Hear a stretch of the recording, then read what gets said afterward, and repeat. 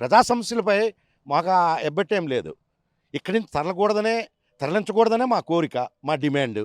మేము అడిగేది అదే. వారు మాతో కలిసి నడుస్తారంటే తప్పకుండా వారితో మేము కలిసి నడవడానికి, పోరాటం చేయటానికి మేము సిద్ధంగా ఉన్నాం. ఎందుకంటే రైల్వే వారు ఏంటంటే, రైల్వే వాళ్ళ పరిస్థితి ఎలా ఉంటుందంటే, వారికి ప్రజాభిప్రాయ సేకరణ అక్కర్లేదు. ఇక్కడ లోకల్ లీడర్స్‌ని పట్టించుకోరు. ఏదైతే వారు ఒక నిర్ణయం తీసుకుంటారో, వారి ఇష్టానుసారం నిర్ణయం తీసుకుంటారు. ఏదో వారు ఎక్కడో పాకిస్తాన్ గవర్నమెంట్ లాగా.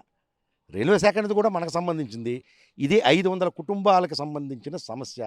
500 కుటుంబాలు రోడ్డున పడకుండా చూడమనే మా కోరిక, మా డిమాండ్. ఇప్పుడు ఇక్కడ శ్రీకాకుళం రోడ్ స్టేషన్ ఆమదాల వలసలో ఈ గూడ్స్ హ్యాండ్లింగ్ షెడ్ ఉంది కాబట్టి, గూడ్స్ షెడ్ ఉంది కాబట్టి, ఇక్కడ వేర్ హౌస్ గోడౌన్స్ కానీ, ఇక్కడ ప్రైవేట్‌గా బిహానీ కాంప్లెక్స్ కానీ, మరొక 3, 4 గోడౌన్స్ కానీ, అలాగే DCMS godowns railway gate MDO house దగ్గర కానీ, ఇవన్నీ ఉన్నాయంటే కారణం ఇక్కడ రైల్వే హ్యాండ్లింగ్ షెడ్ ఉంది కాబట్టే.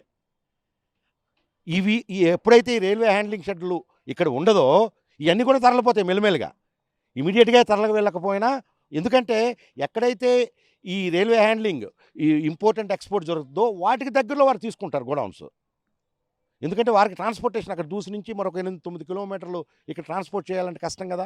ఆ దగ్గరలో ఈ గోడౌన్లు నిర్మించుకుంటారు. ఇప్పుడు ఇక్కడ ఒక 500 కుటుంబాలు, గూడ్స్ షెడ్ దగ్గరే ఒక 500 కుటుంబాలు డైరెక్ట్‌గా ఆ గూడ్స్ షెడ్‌కి ఈ బస్తాలు వేయటం గానీ, బస్తాలు దించటం గానీ. అది కాక ఇప్పుడు ఎండీఓ ఆఫీస్ దగ్గర ఉంది వేర్ హౌస్ గోడౌన్. అక్కడ ఒక 100 కుటుంబాలు బతుకుతున్నాయి. కుద్దిరాం, పాత ఆమదాల వలస, ఈ పరిసర ప్రాంతాలు. వీళ్ళందరికి కూడా పనులు కష్టం అవుద్ది. వీళ్ళందరూ రోడ్డున పడతారు మెల్లమెల్లగా.